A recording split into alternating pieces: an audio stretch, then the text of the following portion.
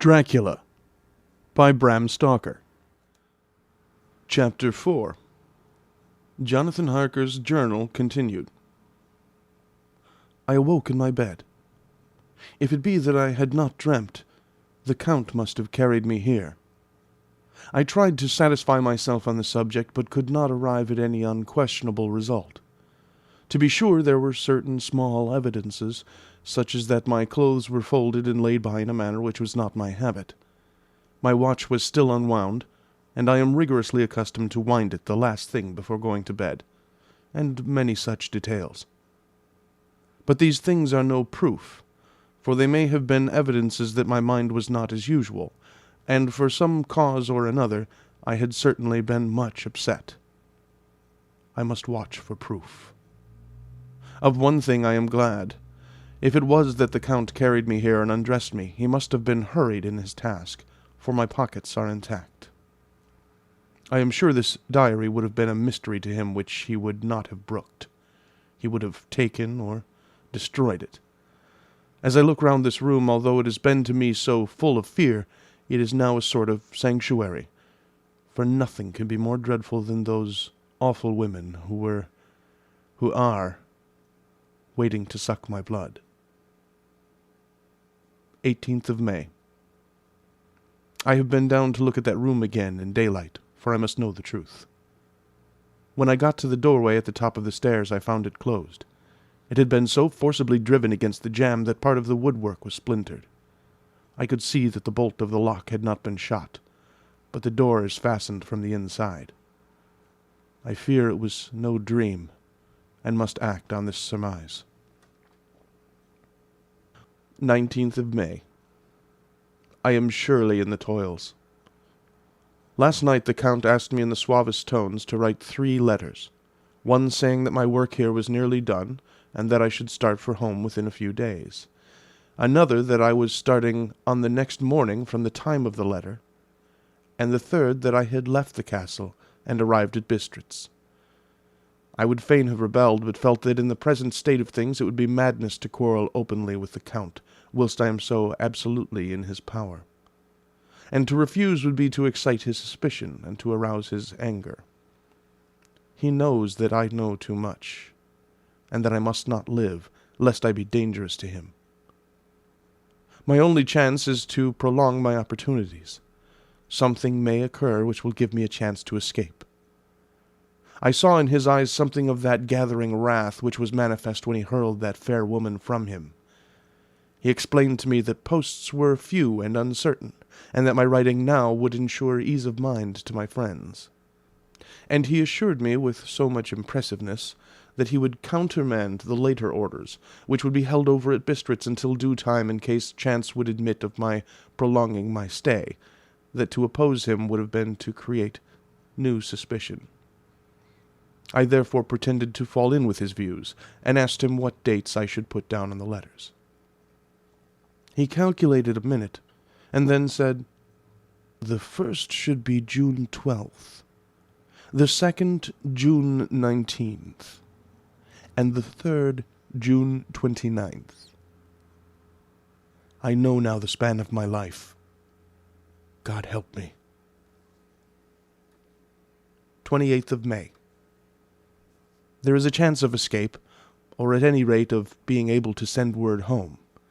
A band of Sagani have come to the castle, and are encamped in the courtyard. These are gypsies. I have notes of them in my book. They are peculiar to this part of the world, though allied to the ordinary gypsies all the world over. There are thousands of them in Hungary and Transylvania, who are almost outside all law. They attach themselves as a rule to some great noble or boyar, and call themselves by his name. They are fearless and without religion, save superstition, and they talk only their own varieties of the Romany tongue. I shall write some letters home, and shall try to get them to have them posted.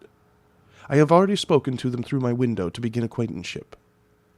They took their hats off and made obeisance and many signs, which, however, I could not understand any more than I could their spoken language. I have written the letters.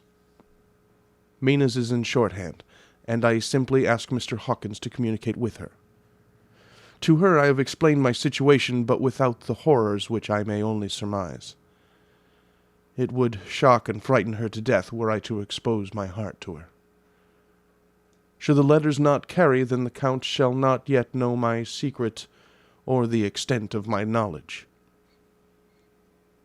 I have given the letters. I threw them through the bars of my window with a gold piece, and made what signs I could to have them posted. The man who took them pressed them to his heart, and bowed, and then put them in his cap. I could do no more. I stole back to the study and began to read. As the Count did not come in, I have written here, "The Count has come." He sat down beside me and said in his smoothest voice, as he opened 2 letters, "The Szgany has given me these, of which, though I know not whence they come, I shall, of course, take care. See," he must have looked at it, "one is from you, and to my friend Peter Hawkins. The other," here he caught sight of the strange symbols as he opened the envelope, and the dark look came into his face, and his eyes blazed wickedly. "The other is a vile thing, an outrage upon friendship and hospitality. It is not signed. Well, so it cannot matter to us." And he calmly held letter and envelope in the flame of the lamp, till they were consumed. Then he went on, "The letter to Hawkins that I shall, of course, send on, since it is yours. Your letters are sacred to me. Your pardon, my friend, that unknowingly I did break the seal. Will you not cover it again?" He held out the letter to me, and with a courteous bow, handed me a clean envelope. I could only redirect it and hand it to him in silence. When he went out of the room, I could hear the key turn softly. A minute later, I went over and tried it, and the door was locked. When, an hour or 2 after, the Count came quietly into the room, his coming awakened me, for I had gone to sleep on the sofa. He was very courteous and very cheery in his manner, and seeing that I had been sleeping, he said, "So, my friend, you are tired. Get to bed. There is the surest rest.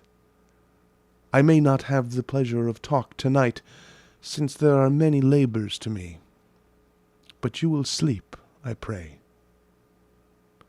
I passed to my room and went to bed, and, strange to say, slept without dreaming. Despair has its own calms. 31st of May. This morning when I woke, I thought I would provide myself with some papers and envelopes from my bag and keep them in my pocket, so that I might write in case I should get an opportunity. But again, a surprise. Again, a shock.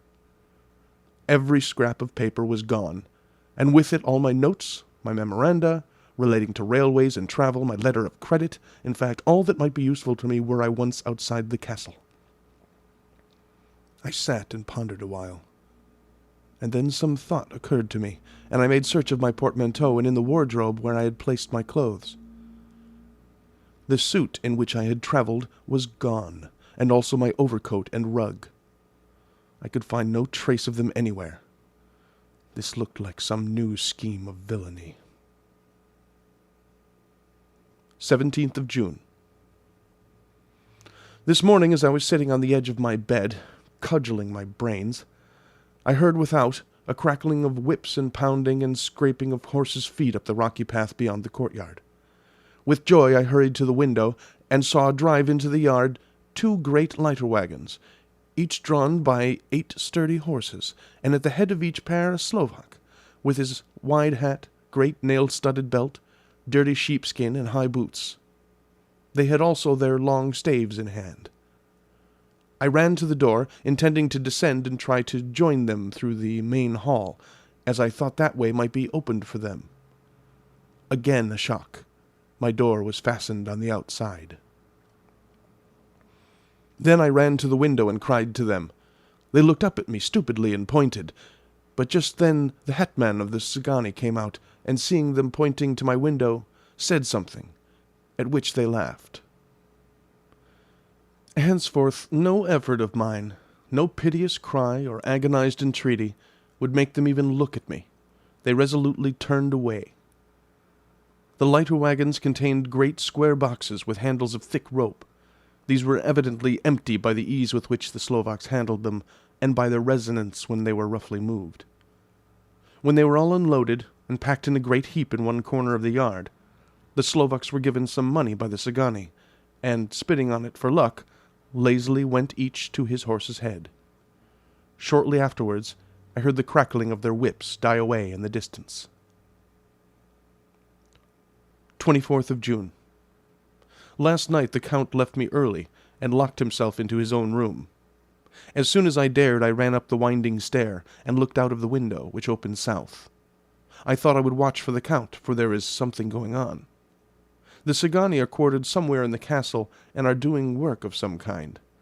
I know it, for now and then I hear a far-away muffled sound, as of mattock and spade, and whatever it is, it must be the end of some ruthless villainy. I had been at the window somewhat less than half an hour, when I saw something coming out of the Count's window. I drew back and watched carefully, and saw the whole man emerge. It was a new shock to me to find that he had on the suit of clothes which I had worn whilst travelling here, and slung over his shoulder the terrible bag which I had seen the women take away. There could be no doubt as to his quest, and in my garb too. This, then, is his new scheme of evil, that he will allow others to see me, as they think, so that he may both leave evidence that I have been seen in the towns or villages, posting my own letters, and that any wickedness which he may do shall by the local people be attributed to me. It makes me rage to think that this can go on, and whilst I am shut up here, a veritable prisoner, but without that protection of the law which is even a criminal's right and consolation. I thought I would watch for the Count's return, and for a long time sat doggedly at the window. Then I began to notice that there were some quaint little specks floating in the rays of the moonlight. They were like the tiniest grains of dust, and they whirled round and gathered in clusters in a nebulous sort of way. I watched them with a sense of soothing, and a sort of calm stole over me. I leaned back in the embrasure in a more comfortable position, so that I could enjoy more fully the aerial gambolling. Something made me start up, a low, piteous howling of dogs somewhere far below in the valley, which was hidden from my sight. Louder it seemed to ring in my ears, and the floating motes of dust take new shapes to the sound as they danced in the moonlight. I felt myself struggling to awake to some call of my instincts. Nay, my very soul was struggling, and my half-remembered sensibilities were striving to answer the call. I was becoming hypnotized. Quicker and quicker danced the dust. The moonbeams seemed to quiver as they went by me into the mass of gloom beyond.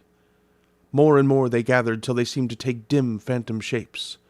And then I started, broad awake, in full possession of my senses, and ran screaming from the place. The phantom shapes, which were becoming gradually materialized from the moonbeams, were those 3 ghostly women to whom I was doomed. I fled, and felt somewhat safer in my own room, where there was no moonlight, and where the lamp was burning brightly. When a couple of hours had passed, I heard something stirring in the Count's room, something like a sharp wail quickly suppressed. And then there was silence, deep, awful silence, which chilled me. With a beating heart, I tried the door, but I was locked in my prison and could do nothing. I sat down and simply cried. As I sat, I heard a sound in the courtyard without, the agonized cry of a woman. I rushed to the window, and, throwing it up, peered between the bars. There, indeed, was a woman with dishevelled hair, holding her hands over her heart, as one distressed with running. She was leaning against the corner of the gateway. When she saw my face at the window, she threw herself forward, and shouted in a voice laden with menace, "Monster, give me my child!" She threw herself on her knees, and raising up her hands, cried the same words in tones which wrung my heart. Then she tore her hair and beat her breast, and abandoned herself to all the violences of extravagant emotion. Finally she threw herself forward, and though I could not see her, I could hear the beating of her naked hands against the door. Somewhere high overhead, probably on the tower, I heard the voice of the Count calling in his harsh, metallic whisper. His call seemed to be answered from far and wide by the howling of wolves. Before many minutes had passed, a pack of them poured, like a pent-up dam when liberated, through the wide entrance into the courtyard. There was no cry from the woman, and the howling of the wolves was but short. Before long they streamed away singly, licking their lips. I could not pity her, for I knew now what had become of her child, and she was better dead. What shall I do? What can I do? How can I escape from this dreadful thing of night, gloom, and fear? 25th of June. No man knows till he has suffered from the night how sweet and dear to his heart and eye the morning can be. When the sun grew so high this morning that it struck the top of the great gateway opposite my window, the high spot which it touched seemed to me as if the dove from the ark had lighted there. My fear fell from me as if it had been a vaporous garment, which dissolved in the warmth. I must take action of some sort whilst the courage of the day is upon me. Last night one of my post-dated letters went to post, the first of that fatal series which is to blot out the very traces of my existence from the earth. Let me not think of it. Action! It has always been at night time that I've been molested or threatened, or in some way in danger or in fear. I have not yet seen the Count in the daylight. Can it be that he sleeps when others wake, that he may be awake whilst they sleep? If I could only get into his room. But there is no possible way. The door is always locked. No way for me. Yes, there is a way, if one dares to take it. Where his body has gone, why may not another body go? I have seen him myself crawl from his window. Why should not I imitate him, and go in by his window? The chances are desperate, but my need is more desperate still. I shall risk it. At the worst, it can only be death, and a man's death is not a calf's, and the dreaded hereafter may still be open to me. God help me in my task. Goodbye, Mina, if I fail. Goodbye, my faithful friend and second father. Goodbye, all, and last of all, Mina. Same day, later. I have made the effort, and, God helping me, have come safely back to this room. I must put down every detail in order. I went whilst my courage was fresh, straight to the window on the south side, and at once got outside on this side. The stones are big and roughly cut, and the mortar has by process of time been washed away between them. I took off my boots and ventured out on the desperate way. I looked down once, so as to make sure that a sudden glimpse of the awful depth would not overcome me, but after that kept my eyes away from it. I know pretty well the direction and distance of the Count's window, and made for it as well as I could, having regard to the opportunities available. I did not feel dizzy. I suppose I was too excited, and the time seemed ridiculously short, till I found myself standing on the window-sill and trying to raise up the sash. I was filled with agitation, however, when I bent down and slid feet foremost in through the window. Then I looked around for the Count, but with surprise and gladness made a discovery. The room was empty. It was barely furnished with odd things which seemed to have never been used. The furniture was something the same style as that in the south rooms, and was covered with dust. I looked for the key, but it was not in the lock, and I could not find it anywhere. The only thing I found was a great heap of gold in one corner, gold of all kinds, Roman and British and Austrian and Hungarian and Greek and Turkish money, covered with a film of dust as though it had lain long on the ground. None of it that I noticed was less than 300 years old. There were also chains and ornaments, some jeweled, but all of them old and stained. At one corner of the room was a heavy door. I tried it, for since I could not find the key of the room or the key of the outer door, which was the main object of my search, I must make further examination, or all my efforts would be in vain. It was open, and led through a stone passage to a circular stairway, which went steeply down. I descended, minding carefully where I went, for the stairs were dark, being only lit by loopholes in the heavy masonry. At the bottom there was a dark, tunnel-like passage, through which came a deathly, sickly odor, the odor of old earth newly turned. As I went through the passage, the smell grew closer and heavier. At last I pulled open a heavy door which stood ajar, and found myself in an old ruined chapel, which had evidently been used as a graveyard. The roof was broken, and in 2 places were steps leading to vaults, but the ground had recently been dug over, and the earth placed in great wooden boxes, manifestly those which had been brought by the Slovaks. There was nobody about, and I made a search over every inch of the ground so as not to lose a chance. I went down even into the vaults, where the dim light struggled, although to do so was a dread to my very soul. Into 2 of these I went, but saw nothing except fragments of old coffins and piles of dust. In the 3rd, however, I made a discovery. There, in one of the great boxes, of which there were 50 in all, on a pile of newly dug earth, lay the Count. He was either dead or asleep. I could not say which, for eyes were open and stony, but without the glassiness of death, and the cheeks had the warmth of life through all their pallor. The lips were as red as ever, but there was no sign of movement, no pulse, no breath, no beating of the heart. I bent over him and tried to find any sign of life, but in vain. He could not have lain there long, for the earthy smell would have passed away in a few hours. By the side of the box was its cover, pierced with holes here and there. I thought he might have the keys on him, but when I went to search I saw the dead eyes, and in them, dead though they were, such a look of hate, though unconscious of me or my presence, that I fled from the place, and leaving the Count's room by the window, crawled again up the castle wall. Regaining my room, I threw myself panting upon the bed and tried to think. 29th of June. Today is the date of my last letter, and the Count has taken steps to prove that it was genuine, for again I saw him leave the castle by the same window, and in my clothes. As he went down the wall, lizard fashion, I wished I had a gun or some lethal weapon, that I might destroy him. But I fear that no weapon, wrought along by man's hand, would have any effect upon him.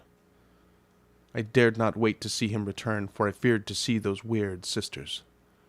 I came back to the library, and read there, till I fell asleep. I was awakened by the Count, who looked at me as grimly as a man could look, as he said, "Tomorrow, my friend, we must part. You return to your beautiful England, I to some work which may have such an end that we may never meet. Your letter home has been dispatched. Tomorrow I shall not be here, but all shall be ready for your journey. In the morning come the Cigani, who have some labours of their own here, and also come some Slovaks. When they have gone, my carriage shall come for you, and shall bear you to the Borgo Pass, to meet the diligence from Bukovina to Bistritz. But I am in hopes that I shall see more of you at Castle Dracula." I suspected him, and determined to test his sincerity. Sincerity. It seems like a profanation of the word to write it in connection with such a monster, so I asked him point blank, "Why may I not go tonight?" "Because, dear sir, my coachman and horses are away on a mission." "But I would walk with pleasure. I want to get away at once." He smiled such a soft, smooth, diabolical smile that I knew there was some trick behind his smoothness. He said, "And your baggage?" "I do not care about it. I can send for it some other time." The Count stood up and said, with a sweet courtesy which made me rub my eyes, it seemed so real, "You English have a saying which is close to my heart, for its spirit is that which rules our boyars. Welcome the coming, speed the parting guest. Come with me, my dear young friend. Not an hour shall you wait in my house against your will, though sad am I at your going, and that you so suddenly desire it. Come." With a stately gravity, he, with the lamp, preceded me down the stairs and along the hall. Suddenly he stopped. "Hark!" Close at hand came the howling of many wolves. It was almost as if the sound sprang up at the rising of his hand, just as the music of a great orchestra seems to leap under the baton of the conductor. After a pause of a moment, he proceeded in his stately way to the door, drew back the ponderous bolts, unhooked the heavy chains, and began to draw it open. To my intense astonishment, I saw that it was unlocked. Suspiciously I looked all around, but could see no key of any kind. As the door began to open, the howling of the wolves without grew louder and angrier. Their red jaws, with champing teeth, and their blunt-clawed feet as they leaped, came in through the opening door. I knew then that to struggle at the moment against the Count was useless. With such allies as these at his command, I could do nothing. But still the door continued slowly to open, and only the Count's body stood in the gap. Suddenly it struck me that this might be the moment and means of my doom. I was to be given to the wolves, and at my own instigation. There was a diabolical wickedness in the idea great enough for the Count, and as the last chance I cried out, "Shut the door! I shall wait till morning!" And I covered my face with my hands to hide my tears of bitter disappointment. With one sweep of his powerful arm, the Count threw the door shut, and the great bolts clanged and echoed through the hall as they shot back into their places. In silence we returned to the library, and after a minute or two I went to my own room. The last I saw of Count Dracula was his kissing his hand to me, with a red light of triumph in his eyes, and with a smile that Judas in hell might be proud of. When I was in my room and about to lie down, I thought I heard a whispering at my door. I went to it softly and listened. Unless my ears deceived me, I heard the voice of the Count. "Back to your own place. Your time has not yet come. Wait, have patience. Tonight is mine.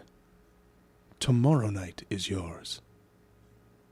There was a low, sweet ripple of laughter, and in a rage I threw open the door, and saw without the three terrible women licking their lips. As I appeared, they all joined in a horrible laugh and ran away. I came back to my room and threw myself on my knees. It is then so near the end? Tomorrow. Lord, help me and those to whom I am dear. 30th of June. These may be the last words I ever write in this diary. I slept till just before the dawn, and when I woke threw myself on my knees, for I determined that if death came, he should find me ready. At last I felt that subtle change in the air, and knew that the morning had come. Then came the welcome cockcrow, and I felt that I was safe. With a glad heart, I opened the door and ran down the hall. I had seen that the door was unlocked, and now escape was before me. With hands that trembled with eagerness, I unhooked the chains and threw back the massive bolts. But the door would not move. Despair seized me. I pulled and pulled at the door, and shook it till, massive as it was, it rattled in its casement. I could see the bolt shot. It had been locked after I left the Count. Then a wild desire took me to obtain the key at any risk, and I determined then and there to scale the wall again and gain the Count's room. He might kill me, but death now seemed the happier choice of evils. Without a pause, I rushed up to the east window and scrambled down the wall as before, into the Count's room. It was empty, but that was as I expected. I could not see a key anywhere, but the heap of gold remained. I went through the door in the corner, and down the winding stair, and along the dark passage to the old chapel. I knew now well enough where to find the monster I sought. The great box was in the same place, close against the wall, but the lid was laid on it, not fastened down, but with the nails ready in their places to be hammered home. I knew I must reach the body for the key, so I raised the lid and laid it back against the wall. And then I saw something which filled my very soul with horror. There lay the Count, but looking as if his youth had been half restored. For the white hair and mustache were changed to dark iron gray. The cheeks were fuller, and the white skin seemed ruby red underneath. The mouth was redder than ever, for on the lips were gouts of fresh blood, which trickled from the corners of the mouth and ran down over the chin and neck.